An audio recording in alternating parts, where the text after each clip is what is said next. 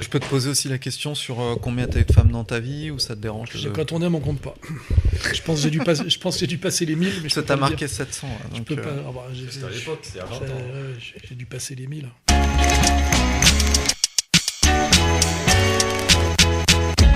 Vous semblez oublier en effet, mes amis, que vous n'êtes que des salariés. C'est-à-dire les êtres les plus vulnérables du monde capitaliste. Bienvenue à tous sur Ni pute, ni chômeur. Toi, Elle va bosser le feignant. toi, Bonsoir, bienvenue à tous sur Ni pute ni chômeur. Ce soir, émission estivale. Nous allons parler d'un sujet avec Alain Soral qui est ici, la drague. Alors monsieur Soral, comment allez-vous ce soir ? Bien. Bien. Alors que vous évoque la drague, déjà quelle est votre définition de ce mot, de cette action purement masculine peut-être ? Bon, moi, j'ai écrit un bouquin sur le sujet, c'est ce qui fait qu'on en parle ce soir. Et moi, j'opposais la drague à la séduction, parce qu'il y avait toute une espèce d'arrogance des gens qui se prétendaient être des séducteurs et qui méprisaient les dragueurs. Et moi, j'avais une définition assez radicale, qui était une définition un peu marxiste, qui disait que un dragueur, c'était un pauvre capable de draguer des fils de riches, alors qu'un séducteur, c'était un fils de riche juste capable de draguer des filles de pauvres et des filles des amis de ses parents, mais qui n'en avaient pas conscience. Donc c'était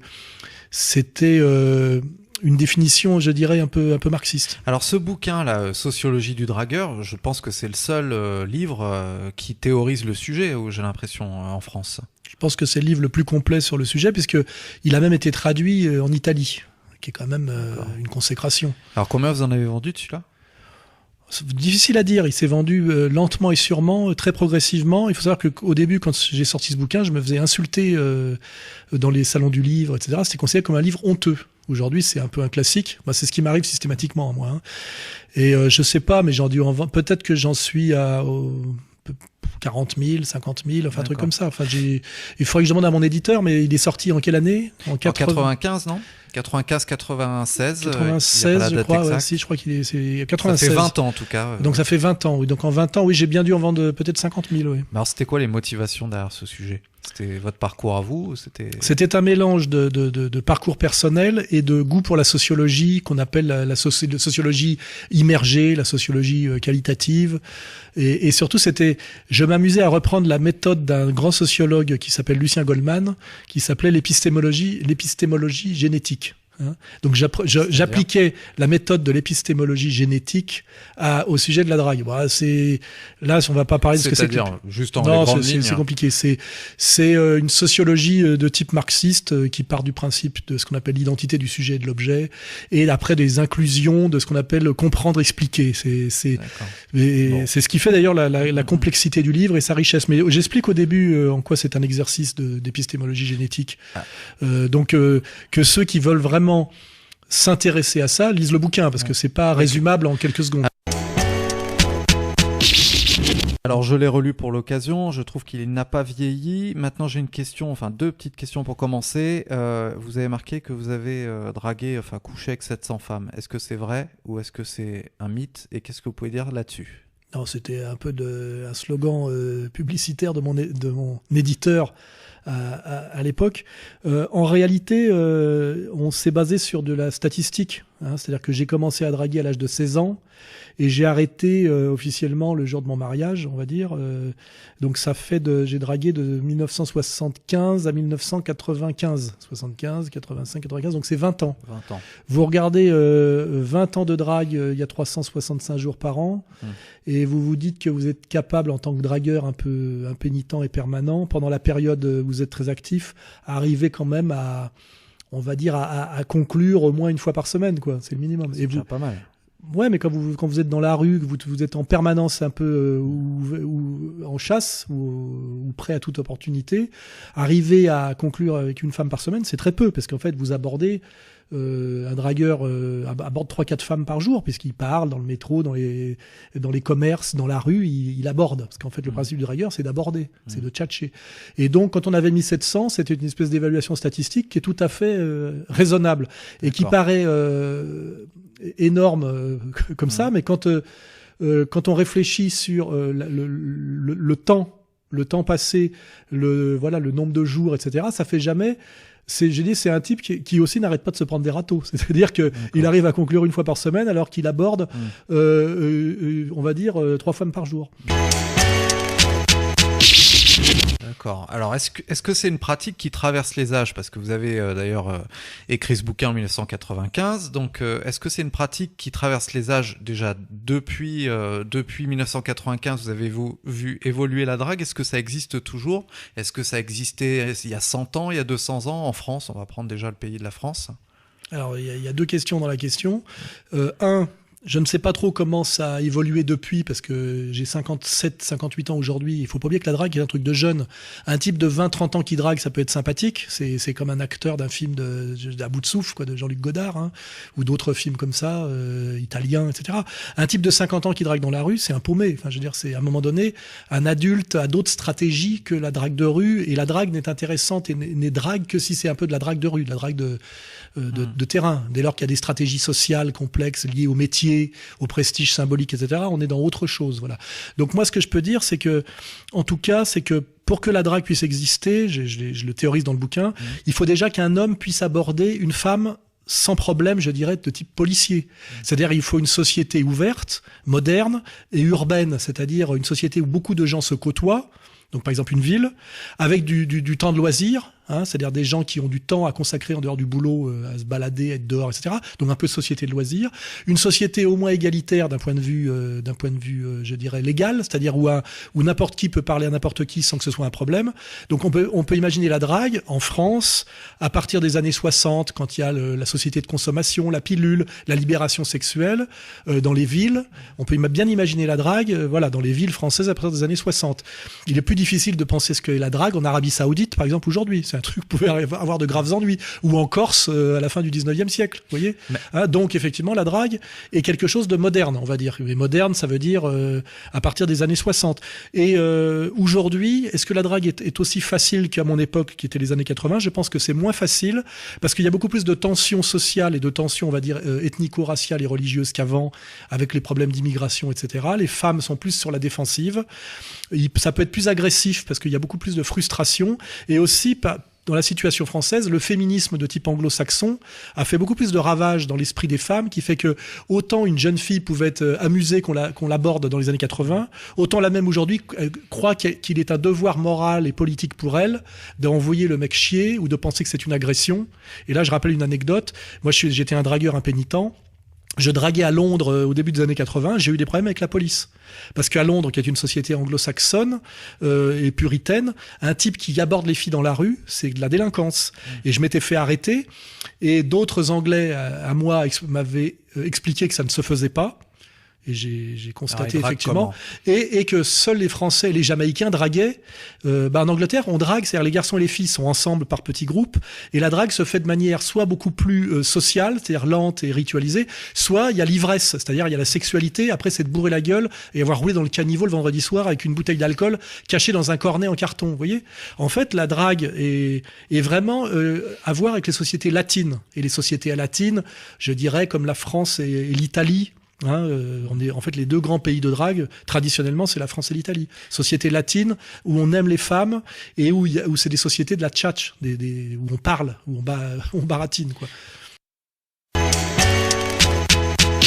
Et d'ailleurs, entre les années 80 et 1995, quand vous avez écrit ce bouquin, est-ce qu'on draguait encore dans le métro? Parce qu'aujourd'hui, dans le métro, les gens ne se parlent plus. Enfin, moi, je pense qu'un type malin et qui a une bonne gueule peut toujours y arriver. Mais c'est plus compliqué qu'avant, je vous dis, parce que sans doute les filles sont peut-être plus fermées à l'idée de se faire aborder, que la société est peut-être plus violente, il y a plus d'agression, que les types sont aussi plus frustrés et se sentent plus coupables qu'avant avec la castration féministe, donc plus agressifs quelque part, plus en manque, moins à l'aise, etc. Mais un type qui oserait à nouveau le faire et qui le ferait bien, peut-être que comme il y a un manque, voilà, même si c'est un manque non dit, il est possible que ça se passe pas si mal. Moi, ce que je veux dire, c'est que honnêtement, je ne peux pas vraiment en parler, parce que je crois que un type de 20-30 ans d'aujourd'hui pourrait répondre à la question. Mais je crois qu'il y a des types très malins et qui sont tout à fait capables de draguer aujourd'hui en ville, enfin à Paris notamment, mais ils ont peut-être des stratégies un peu différentes des miennes. Par exemple, dans les années 80, le rebelle, le voyou gauchiste qui draguait la bourgeoise Cato par des stratégies un peu de culpabilité et par des jeux symboliques un peu comment dirais-je, de mise en scène de voyous de type rock'n'roll, ça marchait sans doute beaucoup plus qu'aujourd'hui. Vous voyez, aujourd'hui, je pense que ça ferait plus peur et qu'il faut peut-être jouer d'autres stratégies. Il y a des évolutions, évidemment. Alors,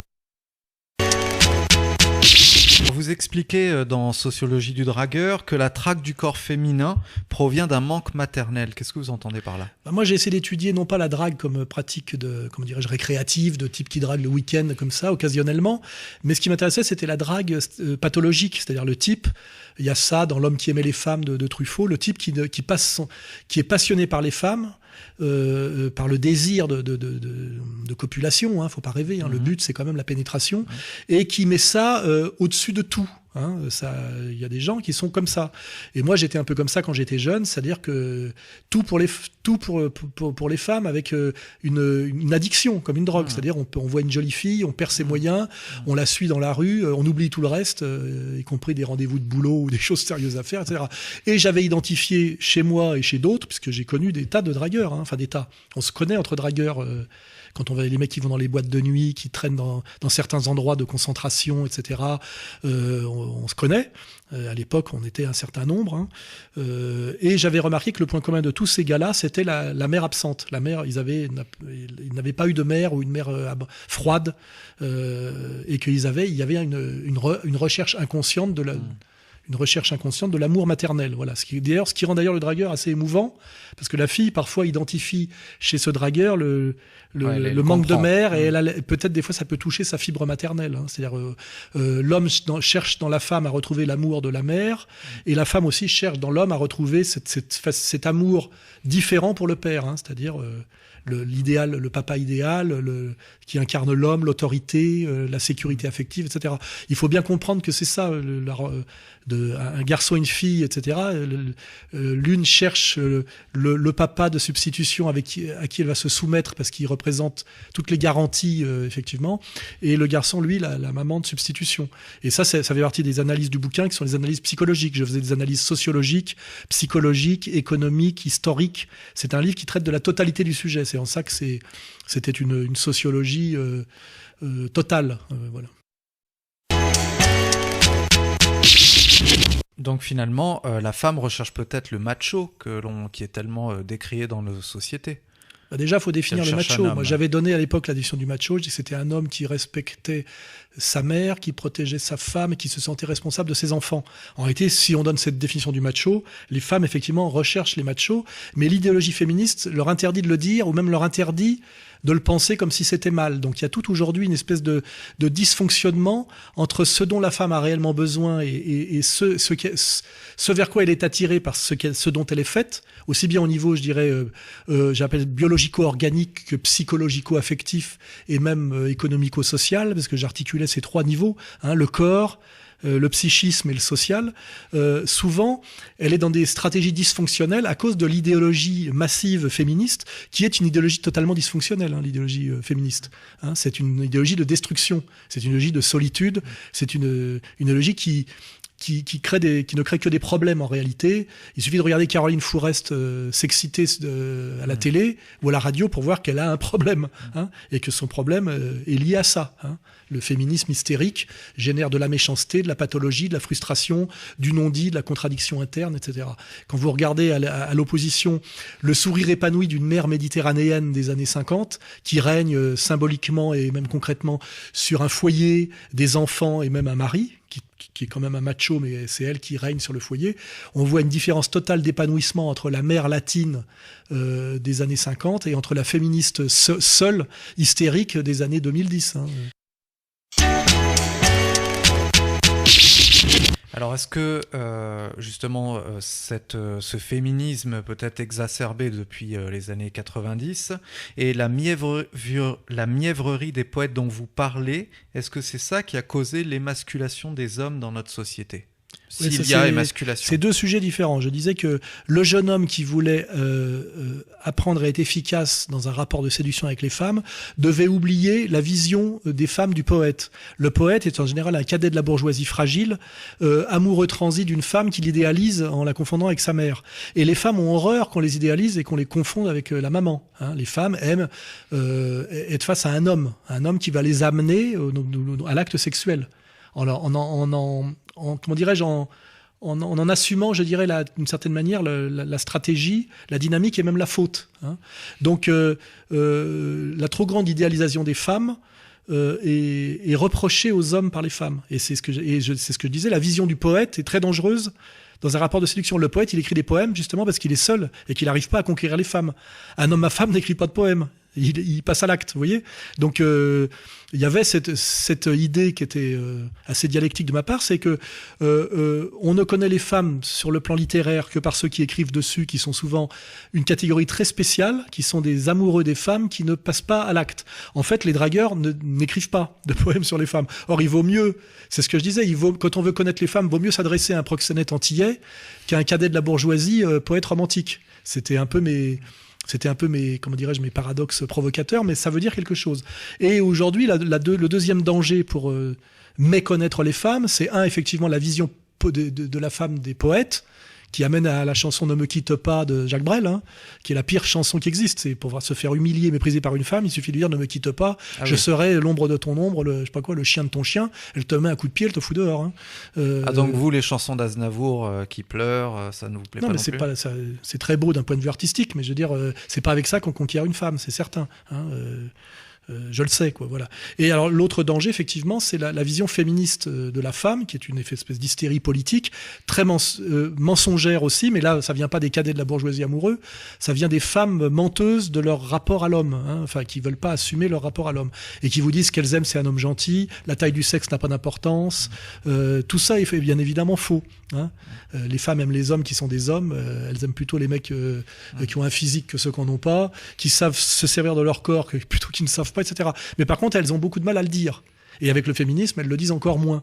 Donc si le type, il part des poèmes sur les femmes de Gérard de Nerval et après du commentaire de Clémentine Autain sur ce qu'aimeraient les femmes, il est sûr de jamais tirer. Hein, ça, c'est clair, voilà. Alors, y a-t-il des codes de drague propres à la culture française ? Bah déjà, c'est surtout les codes de drague sont propres à la culture française, je dirais, à la culture italienne. On peut comparer par rapport aux autres nations d'Europe. Ouais. L'allemand est sehr correct, très bon technicien, très bon sportif, mais c'est pas l'homme à femme par excellence parce qu'il a autre chose à faire de plus sérieux. Et d'ailleurs, les dragueurs le savent, quand on va en Allemagne, enfin à l'époque, les Allemandes aiment bien les Français parce qu'ils s'intéressent aux femmes, qu'ils leur parlent et qui sont passionnés par les femmes. Et c'est vrai que le Français a la cote souvent à l'étranger, en Russie, etc., parce que c'est l'homme des préliminaires au sens le plus vaste du terme. Il s'intéresse aux femmes. D'où ça vient tout ça ? Ça vient d'une culture latine, spécifiquement française, historique. On voit que de Henri IV à nos hommes politiques, nous sommes une nation d'hommes passionnés par les femmes et amoureux des femmes. Et la seule nation qui se compare à la France, je pense que c'est l'Italie, de ce point de vue-là.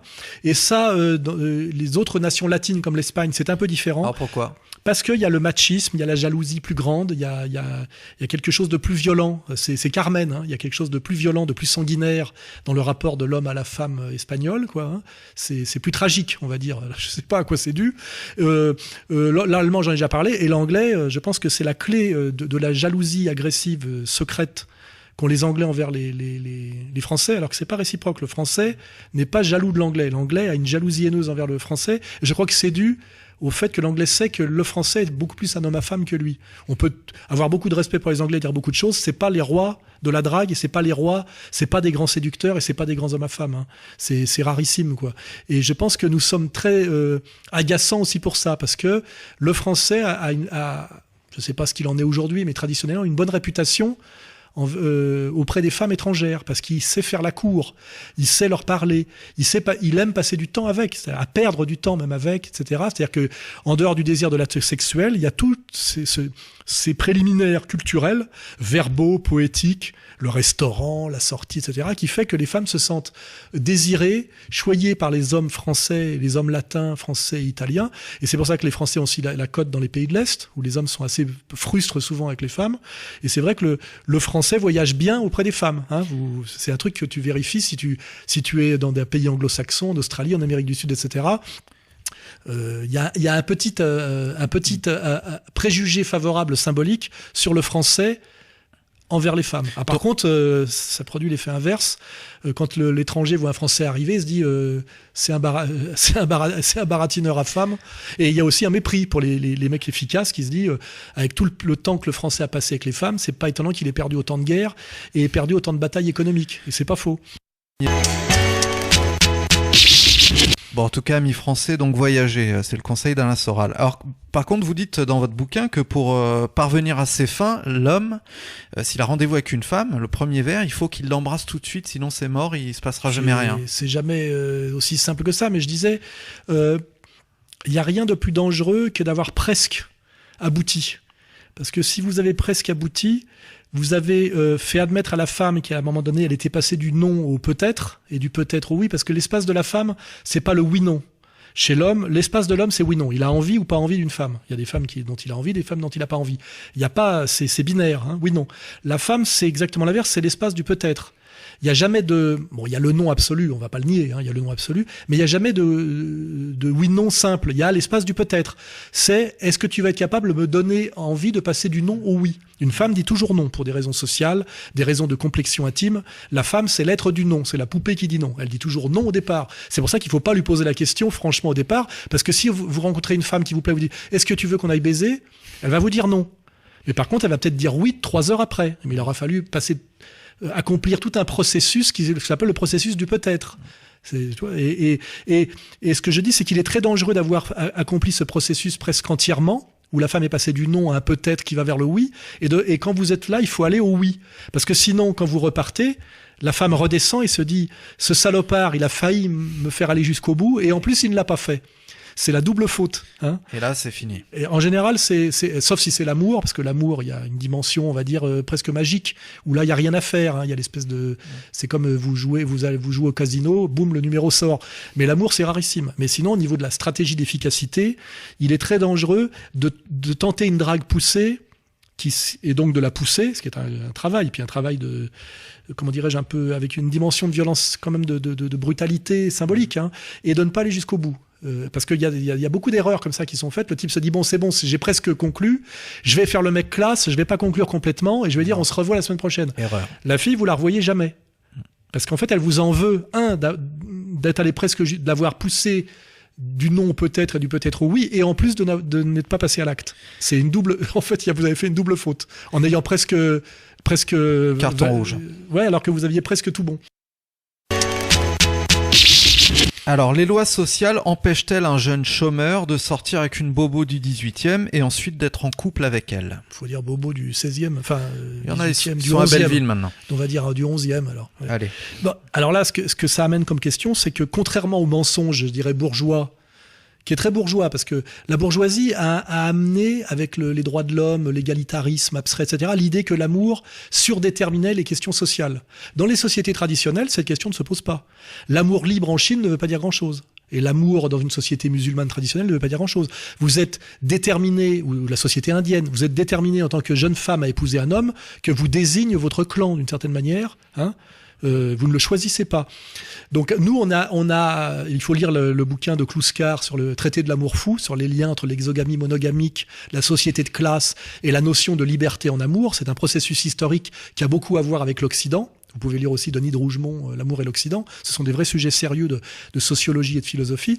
Nous avons produit socialement l'idée de l'amour, je dirais, qui transcende les interdits sociaux et donc de l'amour comme liberté de choix. C'est à la fois vrai et très faux. C'est-à-dire que c'est beaucoup plus vrai qu'en Arabie Saoudite, en Sicile au 19e siècle, ou dans une société traditionnelle de type indienne de caste ou même indienne d'Amérique, vous voyez, avant la destruction américaine, où là effectivement tout l'amour est surdéterminé par la communauté, hein, mais c'est en même temps très faux, parce qu'en réalité c'est quand même surdéterminé par les rapports de classe. Alors il y a évidemment les différences physiques, faut pas oublier l'histoire de la beauté, il y a des hommes beaux, des hommes moins beaux, des femmes belles, des hommes moins belles. Alors les hommes moins beaux compensent par le social, les femmes moins belles l'ont un peu dans le baba. Hein. Tous les hommes veulent des femmes belles, après ils prennent ce qu'ils ont en fonction de leur beauté, leur beauté et de leur puissance sociale. Mais la puissance sociale est bien plus utile passé un certain âge que la beauté physique. Si vous allez à un dîner de cinéma, vous voyez des tas de vieux moches riches avec des jeunes belles pauvres. Vous voyez, c'est une claque pour le jeune, hein, mais je l'ai vérifié moi-même grâce à mon vécu. Voilà. Donc en réalité, le mensonge de bourgeois, c'est de dire l'amour transcende les catégories sociales, sous prétexte qu'on se serait émancipé des injections sociales du mariage traditionnel. Mais en réalité, c'est pas vrai. Je veux dire, à part comment dirais-je, des moments très courts où une bourgeoise peut être fascinée par un terrassier torse nu ou par un musicien jamaïcain qui joue bien du djembé ou ce genre de conneries. Sur la distance, en général, on s'accouple à l'intérieur des mêmes classes sociales. Les 3/4 des mariages se font par des rencontres sur le lieu de travail, on va dire à niveau à peu près égal de fonctions sociales et de revenus. Et il est très difficile de construire un couple sur des gens qui sont pas du même pays, du même niveau social et de la même religion. En général, ça pète systématiquement. Et d'ailleurs, c'est pour ça que ce mensonge bourgeois est très dangereux, parce que tu as des tas de jeunes gens qui se marient très jeunes et très immatures, avec un type qui n'a rien à voir avec, un étranger d'une autre religion, etc. Puis systématiquement, c'est des drames qu'on retrouve à la télé. Hein, c'est-à-dire, au bout de 3 ans, tout ça a explosé sur des différences de culture, des différences de religion, des différences de niveau social. Et la tragédie, c'est qui est parti avec le gosse, etc., etc. Hein, voilà. Donc, pour conclure, l'amour est bien évidemment, même s'il est ouvert en société moderne, surdéterminé par les rapports de classe. Ce qui est très gênant, c'est ce qui me ramène à ma définition du séducteur par rapport au dragueur. C'est très gênant parce que les bourgeois qui ont un avantage social pour avoir les femmes sur les pauvres, et qui est souvent lié qu'à leur avantage social, c'est-à-dire dont rien ne vient d'eux-mêmes, n'aiment pas que ça se sache. Argent et culture. Quand vous pouvez offrir à une jeune fille un week-end dans une belle maison de campagne avec une belle bagnole pour y aller, et vous pouvez l'inviter dans un bon restaurant, ce qui est interdit à tout pauvre ou à tout mec de cité, etc., c'est tous des avantages acquis qu'il a. Et moi, dans mon bouquin, je parlais du problème du local. Pour faire l'amour à une femme, il faut un lit et un toit. Il y a des types dont le vrai problème, c'est où est-ce que je vais pouvoir la baiser. D'où les histoires de caves, de banlieue, etc. La ramener etc. dans une cité, ça va pas le faire. Oui, les histoires de caves, de banlieue, ou quand vous habitez dans un 3 pièces avec 6 frères et sœurs, la mère et la grand-mère, où est-ce que vous baisez? C'est pour ça qu'à un moment donné, il y a les histoires de caves, les histoires de banquettes arrière de bagnoles, et tout ça est un peu sordide. Alors que quand vous avez les moyens d'inviter une jeune femme au restaurant, les moyens de l'amener dans un bel endroit, les moyens de l'inviter en week-end, le piège du week-end à Deauville, pour tous les types du sentier qui baisaient tranquillement et en douceur leurs vendeuses venues des cités de banlieue, tout ça, je connais ça par cœur, parce que j'ai cette culture de sociologue de terrain et aussi ce vécu, l'énorme avantage du type qui a les moyens, bien évidemment. Alors, vous dites que votre dragueur, il veut baiser le monde entier. Alors, la drague est-elle une maladie incurable ? Mais ça, c'est des phrases qu'il y a dans le livre qui pourraient être comprises. Il faut lire le livre. Hein. Lisez Sociologie du dragueur. Vous verrez, vous y apprendrez plein de choses. Et les filles et les garçons. Hein. Parce que c'est vraiment un bouquin de sociologie globale sur les rapports hommes-femmes. Et tous les gens qui l'ont lu m'ont dit j'ai appris plein de trucs. Ça peut même aider. Hein. C'est vrai. Voilà. C'est vrai. Donc, je me rappelle plus de ta question. Donc, baiser le monde entier. Votre dragueur, donc, il dit qu'il veut baiser le monde entier. Comment vous expliquez ça ? Oui, donc ça, c'est une phrase qu'il faut comprendre dans le livre. Mais ce que je faisais remarquer, c'est qu'il y avait un lien entre l'appétence, c'est-à-dire le désir de réussite sociale et de domination sociale, la testostérone d'une certaine manière, et le désir d'actes sexuels. Et on voit bien que dans l'histoire, les hommes qui ont accompli des choses notamment guerrières ou politiques assez spectaculaires sont souvent des gens qui ont une très grosse activité sexuelle. C'est intéressant de voir que les 3/4 des politiques comprennent Kennedy, Giscard, Chirac, Hollande. Ouais, enfin Hollande, c'est parce qu'il accède à un petit prestige symbolique qui fait qu'il peut baiser au-dessus de ses moyens physiques. Là, c'est toujours la dimension sociale, le charme social de l'homme. Ah, pourtant, elle est aussi riche, là, Gaillet. Non, mais je veux dire, il aurait jamais baisé une petite actrice mignonnette s'il n'était pas président de la République avec le physique. S'il était plombier ou réparateur chez Frigolux, quoi. C'est une évidence, quoi. Donc, non, c'était le lien effectivement entre le désir de femme et le désir de conquête. Et le désir de conquête est un désir radical, c'est-à-dire le désir de multiplier les... Oui, j'appelais ça même le désir de pénétrer l'inconnu, c'est-à-dire d'aller vers les autres, de bouffer le monde. Les gens qui sont dans une situation d'apathie sexuelle dès le plus jeune âge, c'est un peu angoissant. C'est souvent les types d'ailleurs ceux qui sont beaucoup sur Internet et qui aiment les jeux vidéo, là, ce qu'on appelle je sais pas comment il y a un nom pour ça. Ils n'ont plus de vie sexuelle souvent. On a ça beaucoup au Japon, par exemple, vous voyez, des sociétés qu'on a dévirilisées, qui sont passées de façon très très brutale et accélérée de sociétés traditionnelles ultra viriles à des sociétés de consommation post-féministe, etc. On a une crise, par exemple, de la séduction au Japon. Il y a énormément de gens qui n'ont plus d'activité sexuelle ou alors de purement masturbatoire. Et comment ça s'appelle ça, les geeks, non, c'est pas oui, le phénomène geek, c'est très important aujourd'hui. C'est par exemple des jeunes garçons qui devraient être en âge de chasser des femmes et qui n'ont plus pratiquement d'activité sexuelle parce que tout est passé dans la pratique virtuelle, et puis aussi parce qu'ils sont terrorisés par les féministes, par les jeunes femmes qui sont devenues la française est une emmerdeuse, la parisienne est l'emmerdeuse des emmerdeuses, et il faut beaucoup, beaucoup d'énergie, de volonté et d'abnégation pour aller draguer une parisienne. Hein. C'est pour ça que souvent des types s'expatrient ou essayent d'aller chercher des femmes du tiers-monde qui, elles, sont toutes contentes de trouver des hommes pour les faire vivre. C'est le marché de la femme pauvre, hein, marché international, hein, l'ukrainienne, je sais pas quoi, l'asiatique, etc. Il n'y a pas que le marché des enfants voulu par Pierre Berger. Hein. Il y a d'autres... Alors, la pulsion animale est-elle diabolique ou naturelle selon vous ? Ni l'une ni l'autre. Ce qu'il faut comprendre, c'est que chez l'homme, tout est à la fois animal et social. Ça s'appelle le processus historique et culturel. Donc l'homme est un animal qui doit se reproduire pour perpétuer l'espèce, et en même temps qui est dans un bain culturel et symbolique qui fait qu'il ne peut pas juste se jeter sur une femelle comme le ferait un grand singe. Hein. Même si d'ailleurs il y a des rituels de séduction chez les grands singes. En réalité, on découvre qu'il y a déjà du social chez les animaux. Et ce qui est intéressant, c'est un vrai sujet d'étude et c'est un vrai aussi sujet de souffrance, c'est ce télescopage et cet amalgame étrange entre un désir de copulation qui est ultra brutal et frustre, hein, c'est je bande, il faut que je pénètre, et puis le fait qu'il faut parler à une femme dans un contexte historique, social, et qu'on ne peut jamais... Il y a un certain nombre de médiations absolument obligatoires pour arriver à l'acte. Hein. Et donc c'est à la fois un acte qui peut être considéré comme très brutal et très animal, et en même temps qui a donné lieu aux constructions poétiques et culturelles les plus sophistiquées. La première sculpture qu'il y a dans l'histoire du monde, c'est une femme qui a les piges. En général, c'est des fesses, hein, parce qu'en réalité, au départ, chez l'homme primitif, ce qui l'amène à la reproduction, c'est la femme de dos en train de travailler et accroupie. Il la prend comme un animal, c'est-à-dire retourner la femme et regarder ses yeux, c'est déjà un processus de socialisation.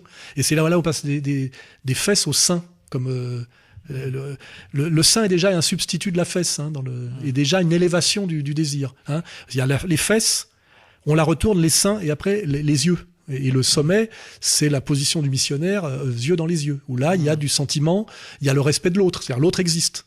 Quand on prend une femme à quatre pattes sans la retourner, elle n'existe pas. Voilà, donc c'est tout ça qui est intéressant, c'est que c'est la conjonction à la fois de quelque chose de très bestial et très animal et de quelque chose d'absolument sophistiqué qui est le sommet même de la poésie et de l'art. Le sommet de la poésie et de l'art qui est fait, je le rappelle, par les hommes, hein, sauf récemment avec on peut en discuter, mais c'est de l'imitation. Ça met au cœur du sujet la femme. Hein. Le sujet de la poésie et de l'art, c'est d'abord de magnifier la femme. Et pourtant, la femme qu'on rêve de pénétrer de façon assez brutale parce qu'il faut se reproduire. Et c'est ça qui est passionnant, mais en même temps très douloureux, hein, parce que c'est toute cette ambivalence qui s'appelle le désir, hein, où il y a l'idéalisation absolue de la mère et cette figure au-dessus de tout qui amène à la Vierge Marie dans notre religion, et puis la paire de fesses, et puis le sexe, l'origine du monde, là, c'est le buisson ardent. Hein. C'est un vrai sujet. Vous voyez, quand j'arrive encore à me passionner pour le sujet, 20 ans après. 20 ans après, parce que c'est un sujet passionnant, mais je dirais au niveau de la réflexion. Hein. Alors, l'homme en couple qui regarde tout le temps les femmes avec envie, est-il un pervers ? Non, alors absolument pas. Moi, je crois pas. Ce qui est pervers, c'est de regarder des femmes non nubiles, c'est-à-dire des filles qui n'ont pas encore leurs règles. Parce que là, ça s'appelle des enfants. Là, il faut se poser des questions. Hein. C'est grave. D'ailleurs, je le dis, c'est dramatique parce que quelqu'un qui est attiré par les enfants, quelque part, ça le dépasse. Il y peut rien. Après, c'est comment il gère. C'est comme l'homosexualité. Hein. Vous parlez de Cohn-Bendit, là, quand vous dites ça Non, parce que lui, c'était une pratique plutôt d'arrogance, de subversion, de transgression. C'est de la politique, presque. Hein. Je parle du type qui se découvre à l'adolescence qu'il est attiré par les hommes et pas par les femmes, s'appelle un homosexuel. Il ne choisit pas. C'est un mensonge de dire aujourd'hui que c'est un choix politique, l'homosexualité. Ça vous tombe dessus. C'est pour ça que on peut pas être agressif envers un homosexuel. Il peut rien. Après, on peut réfléchir à pourquoi, comment, machin, etc. Comment la société réagit par rapport à tout ça. Mais aujourd'hui, de faire croire que l'homosexualité est un choix politique comme d'être de gauche ou de droite, c'est une escroquerie. Ça vous tombe dessus, l'homosexualité. Hein. Et pareil, la pédophilie. Il y a des types qui sont attirés par les enfants. C'est un drame absolu, bien pire que l'homosexualité, parce que ça tombe sous le coup de la loi. Donc vous n'êtes pas homophobe, d'ailleurs, en passant comme le disent les médias. Non, mais ça, c'est des conneries, pas plus que raciste, antiraciste, fasciste ou antifasciste. Tout ça, c'est des pseudo-catégories d'effondrement de l'intelligence sociale. Hein. Voilà, et je m'y suis jamais soumis, je m'y soumettrai jamais. Donc l'idée, c'est qu'il est tout à fait normal, puisque c'est ça la question, qu'un homme, qu'il soit marié ou pas, regarde une femme qui est attirante. Ce qui serait très étrange, c'est qu'il ne le fasse pas, et puis il faut pas mentir, ça le dépasse. Celui qui n'a plus l'œil qui se détourne à une terrasse de café sur une fille bien roulée qui passe au printemps alors qu'elle a mis des talons, une jupe, et qu'elle a fait tous les régimes qu'il faut à la fin de l'hiver pour être au top au moment où le soleil revient, celui-là, il faut qu'il se pose des questions. C'est tout à fait normal. Après, s'il se met à se jeter sur elle, c'est autre chose, vous voyez. Mais quand il la regarde, et que sa femme lui fait t'as pas fini, gna gna gna, la femme, c'est une emmerdeuse. Elle doit faire comme si elle l'avait pas vu. Hein. Parce que de toute façon, il regarde la femme qui passe, qu'il trouve excitante, et le soir, il baise sa femme, parce que de toute façon, il y a la mécanique. Pas faire autrement. La mécanique des couples. Donc une femme intelligente laisse son homme regarder les belles jeunes filles qui passent. Alors, ça veut dire qu'il y a quand même il y a une possibilité d'infidélité de l'homme, même s'il est encore en couple. Alors, est-ce que le mariage, et donc la religion, a été créé pour endiguer cela ? Là, on touche à toute l'absurdité de la politique, de la symbolique contemporaine, où on confond le couple, qui est une construction sociale dans la durée, dans le but de faire des enfants, de leur assurer une éducation, dans le but de protéger une femme qui s'est donnée à un homme, dans le but qu'un homme n'ait pas à chercher un gibier sexuel en permanence pour pouvoir se consacrer à une activité sociale et à s'élever dans la vie. Enfin, c'est tout ça qu'il faut comprendre d'abord dans le couple, au-delà de l'attraction adolescente entre un garçon et une fille en pleine possession de leurs moyens physiques. Comment dirais-je, il ne faut pas confondre le couple avec l'amour fou. L'amour fou, c'est quelque chose de très soudain, bref, etc. Et je dirais que le but du couple, c'est effectivement de passer du désir ou même de la crise amoureuse à quelque chose de sérieux. Or aujourd'hui, on confond tout. On confond le couple, la fidélité, le désir. Et comme on confond tout, il n'y a plus rien qui marche. Parce qu'il est évident que pour qu'un couple dure une vingtaine d'années, qui est le temps qu'il faut pour que des enfants qui sont nés de ce couple arrivent eux-mêmes à l'âge adulte et l'âge de se mettre en couple, il faut effectivement admettre qu'il ne peut pas y avoir il peut y avoir du désir autre, moins de désir, de l'infidélité, etc. La question, c'est la question du respect social. Quand dans le temps, un homme épousait une femme, il garantissait à une femme qui se donnait à lui, puisque en se donnant à lui, elle perdait sa virginité, elle perdait son prestige social, il lui garantissait de la garder et d'en faire son épouse, c'est-à-dire de lui garantir une certaine place sociale, qui est la place de l'épouse, c'est-à-dire de régner sur le foyer, d'être l'épouse légitime avec tout le prestige symbolique, les avantages sociaux que ça comporte. Mais ça n'a jamais impliqué la fidélité sexuelle absolue, c'est absurde, hein, c'est pas possible, hein, voilà. Donc il y avait cet accouplement du début qui fait qu'on fait des enfants. Normalement, on faisait des enfants jeunes et assez vite, quelques-uns. Après, il y a la femme se consacre beaucoup plus à ses enfants et passe du désir de mari à l'amour des enfants. C'est dans la société traditionnelle, c'est très marquant. D'où la mère abusive chez les juifs et les musulmans, hein, qui d'un seul coup reporte sur le fils l'amour qu'elle n'a pas pu avoir sur un homme qu'on lui a choisi ou un homme qui n'en est pas un. Enfin, il y a faut comprendre toutes ces sociologies.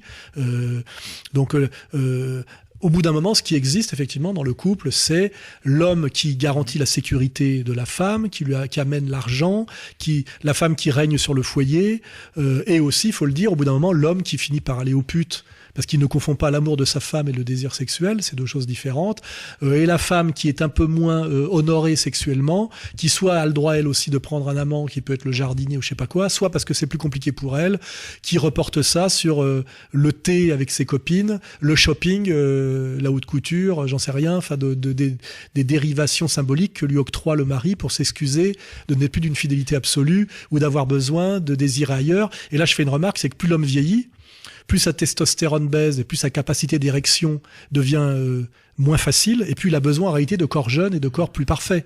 C'est-à-dire que plus ça va, moins l'homme ne peut se contenter d'une femme vieillissante. S'il veut continuer à bander. Donc je veux dire, tout ça a été occulté par la niaiserie contemporaine où on confond l'égalité sociale avec l'égalitarisme abstrait, avec le féminisme revendicatif délirant, avec la castration effectivement qui en découle, etc., etc. Ce qui fait qu'on n'est que dans des sociétés aujourd'hui d'amour malheureux. D'amour idéalisé d'abord, puis malheureux, avec que des divorces à tout va, des enfants sans père, des mères qui ne savent plus ce que c'est qu'une mère, et puis des tas de gens qui déplorent en fait la destruction d'une société traditionnelle, qu'on les a obligés à détruire par suivisme idéologique sous prétexte de lutter contre la réaction ou le passé, et qui en fait en privé ou en secret déplorent en fait la destruction d'une société traditionnelle qui avait ses obligations, ses interdits, ses limites, ses imperfections, mais qui fonctionnait bien mieux sur la durée. Alors, je crois qu'aujourd'hui, à Paris, par exemple, il n'y a jamais eu autant de célibataires qu'aujourd'hui. Qu'est-ce que vous en pensez ? La société du désir et la société de l'amour, ou rien d'autre, est une société de célibataires et une société de solitude. Et puis une société d'amour déçu permanent, quoi. C'est une évidence. Et en plus, le mariage, aujourd'hui, on se bat pour le mariage gay, mais par contre, le mariage traditionnel d'un homme et une femme est souvent abandonné en disant « mais non, ça va se terminer en divorce ». Alors, qu'est-ce que vous pensez Il y a deux choses. Il y a l'effondrement du mariage traditionnel et du couple traditionnel par les assauts, on va dire, de la modernité, la destruction, effectivement, des structures traditionnelles. Et puis il y a aussi la volonté de destruction du couple hétérosexuel et du couple traditionnel qui est basé sur la fonction bien différenciée père-mère, homme-femme, dans des buts, je crois, de démoralisation intégrale des sociétés, dans un but de soumission à un capitalisme oligarchique parfaitement dégénéré, où on voit bien qu'il faudra que le citoyen soit totalement démoralisé au double sens du terme pour accepter un pouvoir qui est de plus en plus inacceptable. Donc on a des choses qui s'enchevêtrent. On a la destruction de la famille traditionnelle au nom de la modernité, du progrès des années 60, avec la libération sexuelle, la pilule, le droit au désir et le droit au plaisir des femmes, etc. C'est quelque chose qui a porté il y a eu des coups de boutoir contre le mariage et le couple traditionnel. Au nom du plaisir, etc. Et puis aujourd'hui, la destruction, je dirais, sadique et satanique du couple traditionnel dans un but non pas d'amener plus de plaisir et de liberté aux gens, mais de les soumettre un peu plus dans la souffrance à une société de souffrance, une société d'inégalité, une société de précarité, c'est-à-dire une société d'angoisse, d'angoisse par la précarité de l'emploi, d'angoisse par comment dirais-je, la délinquance généralisée, d'angoisse par la perte des repères à tous les niveaux. Voilà, mais je pense que là, c'est la volonté oligarchique de produire une société de chaos et d'angoisse dans un but de domination. C'est différent de l'époque de la libération, de l'époque, on va dire, des années 60-70.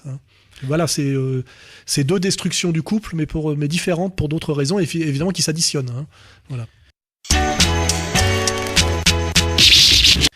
Alors, à la fin de votre livre, il y a quelque chose d'intéressant, c'est que vous terminez sur une note d'espoir pour ce fameux dragueur, en disant que le dragueur au bout du chemin peut aussi recréer l'amour.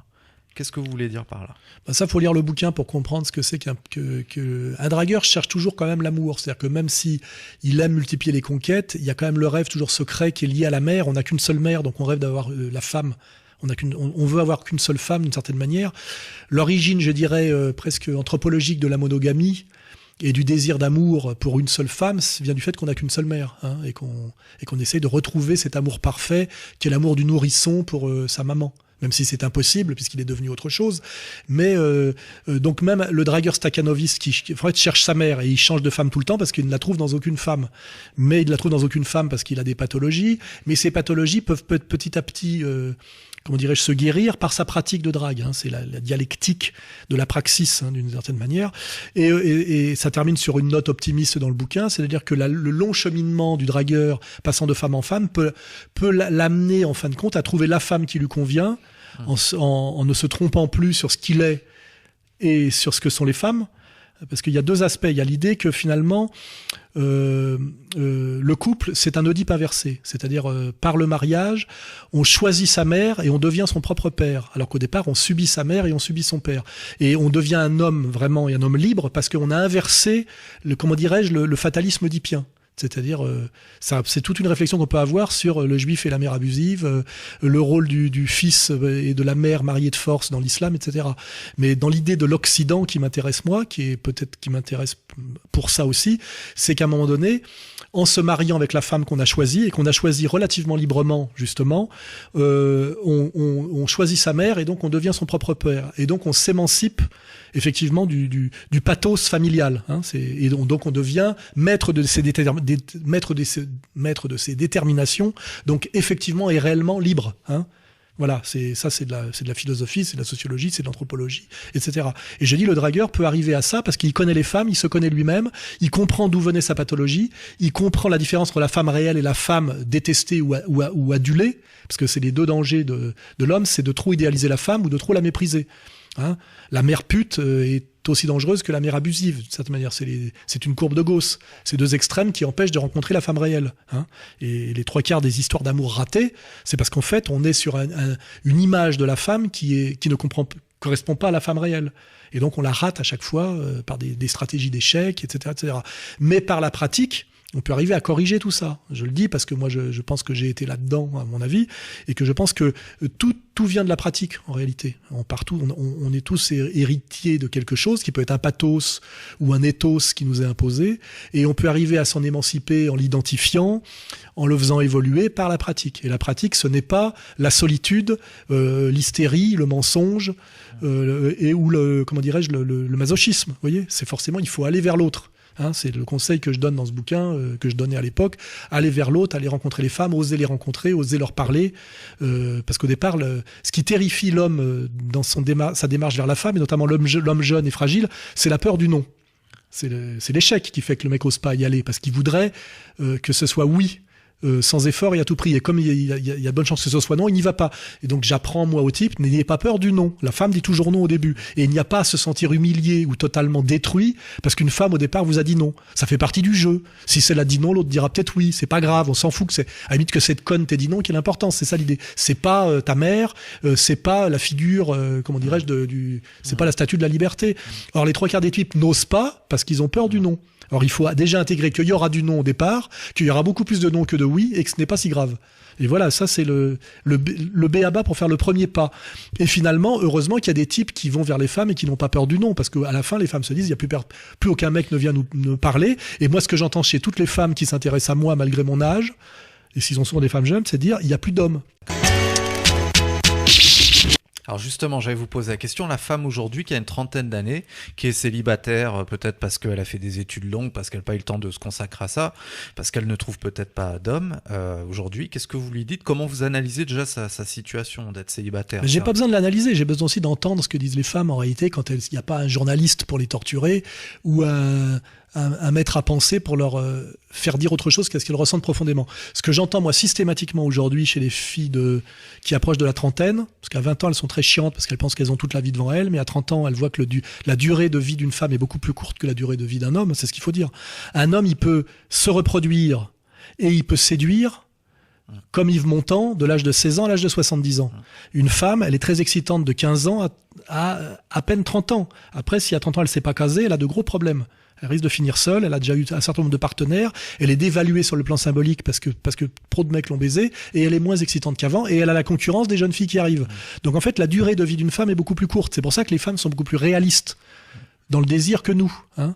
Elles cherchent le prince charmant, c'est-à-dire l'homme bien fait et pas trop et beau, socialement élevé. C'est ça le prince charmant. Il est prince et il est charmant. Il est beau et il est riche. C'est ça que je veux dire. Parce que c'est le meilleur reproducteur pour elle. Il va lui garantir les enfants les mieux faits et qu'elle pourrait élever dans les meilleures conditions sociales. Donc en fait, tout ce qu'on croit être de l'idéalisme, etc., c'est du réalisme absolu. Les femmes sont bien plus réalistes que les hommes parce que c'est elles qui se font baiser, c'est elles qui tombent enceintes, c'est elles qui quand même s'occupent plus des gosses, contrairement à ce que l'idéologie dominante veut nous faire croire ou veut nous imposer. Et elles sont beaucoup moins dans le... Elles sont obligées d'être dans la réalité beaucoup plus que nous. Et elles savent aussi, ou si elles le savent pas, elles le découvrent à leurs dépens, qu'elles ont une durée de séduction, et donc une durée où sur le marché de l'offre, elles ont beaucoup d'avantages, beaucoup plus courtes. La femme est la reine du jeu de 15 ans à 27, 28 ans. Elle rentre dans les boîtes de nuit, tout le monde la veut, tout le monde fait semblant de la trouver intéressante, les hommes se battent pour elle. Mais l'homme, lui, jeune, en prend plein la gueule. Hein. Le mec de 18 ans, il est dominé par les mecs de 30 ans qui ont plus de moyens et plus de virilité. Les femmes de son âge veulent des mecs plus vieux, parce que la fille de 18 ans veut un mec de 30, pas un mec de 18. Donc il en prend plein la gueule, le jeune. Donc, sauf s'il est très malin, très beau, très viril, etc., très riche, etc. Mais petit à petit, il compense son handicap, et après, c'est lui qui a l'avantage. Vous voyez, un type de 45 ans qui a une belle réussite sociale peut à la fois avoir la mère et la fille, je le dis honnêtement. C'est-à-dire, il peut avoir la femme de 45 ans et sa fille de 20 ou 25, en gros. Et donc, plus le temps passe, plus l'homme devient le gagnant du jeu. C'est pour ça que ça m'a amené à l'analyse que j'ai faite dans ce livre, qui est très subversive. Le mariage, en réalité, protégeait les femmes. Puisque sur la longue durée, le mariage, c'est empêcher un type de 50 ans qui a réussi socialement de virer sa femme vieillissante pour en prendre une plus jeune qu'il n'aurait pas pu avoir au début de sa carrière où il pesait pas encore le même poids symbolique et financier. Et toute la société nous raconte l'inverse. C'est les femmes qui demandent le divorce à un âge où elles sont un peu inconscientes et qui finissent par se rendre compte elles ont fait un choix de solitude, c'est le cimetière des éléphants. Parce que les femmes ont la plus longue durée de vie. De 45 ans à 80 ans, plus personne n'en voudra, hein. C'est pour ça que dans les sociétés nordiques et les sociétés protestantes riches, les femmes d'un certain âge vont se faire baiser contre de l'argent par des noirs à Saint-Domingue, hein, ou font du tourisme sexuel inversé en Afrique. Parce qu'effectivement, il n'y a plus que des pauvres qui ont besoin d'argent pour accepter, des pauvres jeunes pour accepter de les baiser. Des emmerdeuses. Imagine une emmerdeuse protestante allemande ou suisse-allemande ou d'un pays nordique.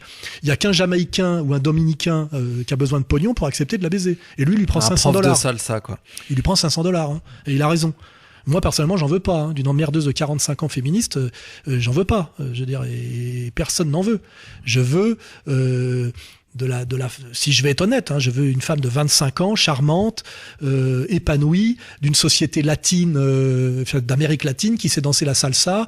À la limite, l'idéal pour un homme de 45 ans qui réussit, c'est une jeune cubaine de 25 ans, pas une allemande protestante de gauche, féministe de 45 balais. Vous voyez, c'est vrai. Ça, c'est la vérité qui fait mal. Alors, je suis là pour dire, car je suis l'homme qui dit toutes les vérités qui font mal. Ah oui, là, on en a entendu des pas mal. Alors, Alain Soral, je voulais vous poser une question, c'est un peu les minutes maintenant un peu légères, c'est vous interroger sur une personnalité. Je voudrais vous demander votre avis. Alors, vous avez 5 minutes pour parler de Frédéric Tadei. Alors Frédéric Tadei, qu'est-ce que vous pouvez dire de choses que vous n'avez pas dites déjà sur lui? Ça peut être son caractère, une anecdote avec lui, et puis qu'est-ce que vous pensez de son métier de journaliste? Surtout, c'est ça qui nous intéresse. Alors quel est l'intérêt pour moi de parler de gens comme ça? Parce que c'est que des gens que j'ai connus. Ouais. Parce qu'il se trouve que j'ai connu tous les gens qui tiennent les places aujourd'hui dans le monde de ce qu'on appelle de l'animation, du procès de consommation, les journalistes, animateurs, parce que c'est une génération et que j'avais à peu près 2-3 ans de plus que tous les types qui sont passés à la caisse aujourd'hui. Tadei, j'en dirais pas beaucoup de mal, vous voyez, faut pas de mal systématiquement. Je l'ai bien connu très jeune parce que je sortais avec sa sœur, déjà. D'accord. Une de ses 2 sœurs, la jolie, hein. Je vais pas insister là-dessus. Il avait une mère qui était très sympa et charmante, qui collectionnait les hiboux, et qui fait d'ailleurs que c'est ce qui peut faire que c'est un garçon un peu épanoui. Il avait une mère adorable, voilà. Je le dis, il faut le dire, on peut pas toujours dire du mal des gens. Par contre, c'est un petit bourgeois de Boulogne-Billancourt, c'est-à-dire que c'est un type qui habitait dans un quartier où il y avait beaucoup de riches, mais qui lui-même habitait un petit immeuble et qui était un petit bourgeois. C'était un petit bourgeois dans un quartier de grands bourgeois, ce qui peut induire chez lui, enfin je l'avais constaté à l'époque, un certain complexe social. Il avait un grand désir d'élévation sociale que moi je n'ai jamais eu personnellement pour d'autres raisons qui sont hors sujet. Voilà. Il y a ça chez lui. Sur son métier en fait, parce qu'on. C'est un bon journaliste.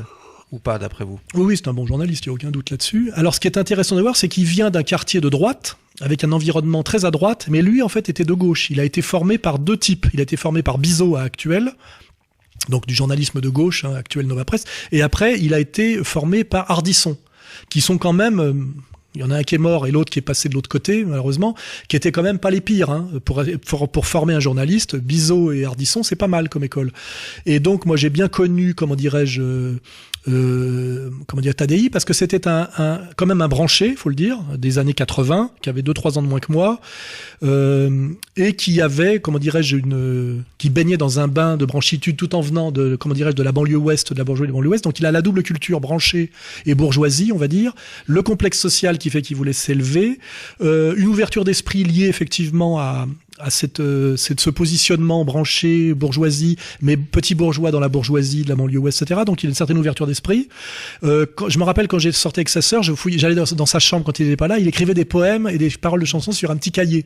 Donc il a rêvé alors là c'est sa souffrance peut-être non dite, que je vais dire, c'est que c'est un type qui a rêvé d'écrire. Il n'a jamais écrit, il n'a jamais rien écrit, il n'est que journaliste. Et il était fasciné pour ça par Marc-Édouard Nab, qui était son idéal d'écrivain. Il y a d'autres choses que je peux retarder, c'est qu'il se prenait pour un dandy. Ce que j'avais dit, tu sais, un vrai dandy ne dit jamais qu'il est un dandy. Donc tu ne peux pas en être un. Mais il a ce côté et qu'il aimait être un dandy, donc le goût d'une certaine élégance, d'un certain paradoxe qui fait il m'a longtemps tendu la main, je le dois te dire. Oui, il vous a souvent invité. Il m'a souvent invité, à l'époque où il faisait Paris Dernière, qui était l'émission que lui avait refilé son producteur et mentor Ardisson. J'ai 3 ou 4 émissions Paris Dernière, je crois, dont des assez marrantes, où je sors d'un chiotte de co pour aller draguer place de l'Odéon. Il faudrait ressortir tout ça des archives de l'INA. Il m'a invité tant qu'il a pu, donc je vais pas lui jeter la pierre, jusqu'à ce qu'on lui interdise de m'inviter. Il faut pas oublier que sa patronne... C'est quand ça, d'après vous? C'est la dernière fois que je suis passé à son émission, où j'ai bien expliqué les stratégies du pouvoir par rapport au Front National, par rapport aux révolutions de Jasmin, où j'ai commencé vraiment à me mettre dans le rouge en désignant l'oligarchie judéo-sioniste et alliée à la franc-maçonnerie Grand Orient, où là je pense qu'il faut pas oublier qu'au-dessus de Tadei, il arrachait le canne. Je veux pas vous faire un dessin. Et puis surtout on l'a menacé, c'est-à-dire quand il m'invitait moi et Dieudonné, il a été à un moment donné secoué violemment par d'autres journalistes jusqu'à ce qu'il abjure, notamment sur le 11 septembre. Et maintenant il sauve son émission en invitant des gens qu'il n'aimait pas inviter à l'époque. Il n'invitait pas les Finkielkraut et les Attali. Il mettait un point d'honneur à inviter un peu des types comme moi, Chouard, Dieudonné. Il n'a plus le droit de le faire. Et je ne peux pas lui jeter la pierre. Il a choisi, disons, de sauver son statut social. Il n'a pas de raison de se sacrifier pour moi. Moi, j'ai une logique sacrificielle qui me regarde. J'exige pas des autres qui le fassent. Mais je dirais quand même que j'ai plus de respect pour Tadei que pour Nolo. Nolo est un faux cul, à mon avis, et un lâche. Tadei, à la limite, est cohérent. Je dirais, voilà, il est cohérent. Il m'avait rien promis, il n'avait pas à se sacrifier pour moi. Pourtant, l'autre a fait un livre avec vous.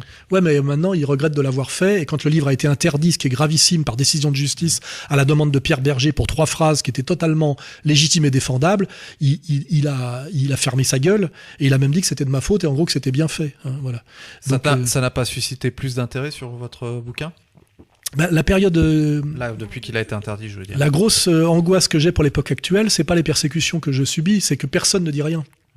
Et donc ceux qui me persécutent, le pouvoir oligarchique en place, a la certitude qu'ils peuvent se permettre absolument tout ce qu'ils veulent, qu'il n'y a plus de contre-pouvoir en face. Il n'y a plus personne pour s'élever, qu'on interdise un livre par décision de justice aujourd'hui en France, ou qu'un type comme moi est ruiné par des procès délirants pour des plaisanteries d'humour noir sur Facebook. Plus personne ne se plaint, donc je suis massacré dans un silence de mort, vous voyez. Mais je reproche beaucoup plus à Nolo qu'à Tadei. Tadei a fait ce qu'il a pu tant qu'il a pu, voilà. Alors, vous pensez pas qu'aujourd'hui il pourrait vous réinviter? Non, il n'a pas le droit. Il n'a pas le droit. C'est comme Ardisson, à un moment donné, a bien déclaré solennellement qu'il n'avait plus le droit de m'inviter. Mais lui, Ardisson, si je ne m'abuse, il vous critique maintenant, non? Tadei ne le fait pas, voilà. Donc Tadei se comporte pas si mal. Je dis, il fait ce qu'il peut. Malheureusement, ce que je dirais, c'est qu'il ne peut plus grand-chose parce qu'on a une société totalement fermée. Et je le dis, autant j'aimais bien son émission au début, et autant je pense qu'il a essayé de faire une émission de grande qualité, qui lui a valu d'ailleurs des récompenses, etc. Aujourd'hui, son émission est morte en réalité.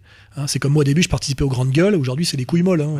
J'ai été viré des Grandes Gueules aussi. Alors, quand est-ce que vous étiez aux Grandes Gueules?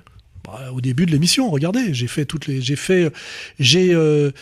contribué à lancer beaucoup d'émissions ou de médias, parce qu'au début, il faut des types qui sortent de l'ordinaire et qui ont réellement quelque chose à dire pour décoller. Puis une fois que le décollage est fait, on reste sur le prestige symbolique du début, puis on vire toute la qualité et le risque qu'il y avait au début. C'est le cas de l'émission de Tadei aujourd'hui, mais ça ne vient pas de lui, ça vient de ses supérieurs. Il n'y a plus rien dans l'émission de Tadei, c'est fini. Mais ça vit sur le prestige de l'époque où il osait inviter des gens comme moi. Et puis à un moment donné, quand les gens finiront par voir qu'il n'y a plus jamais d'ours, ni d'homme qui a vu l'ours, ni d'homme qui a vu l'ours dans son émission, et elle finira par disparaître. Mais comment dirais-je, il y a une inertie symbolique dans les médias. Avant que les gens comprennent que le Ardisson d'aujourd'hui n'est plus du tout le Ardisson de sa grande époque, il faut du temps. Alors voilà, et pour Tadei, ce n'est pas de sa faute, mais son émission finira un jour peut-être par disparaître, parce qu'il n'y a plus rien dedans. Mais c'est pas de sa faute. Il a essayé tant qu'il a pu. Très bien, merci Monsieur Soral. Eh bien écoutez, je vous souhaite à tous une bonne soirée, un bon courage dans cette société et je vous dis à très bientôt. Merci.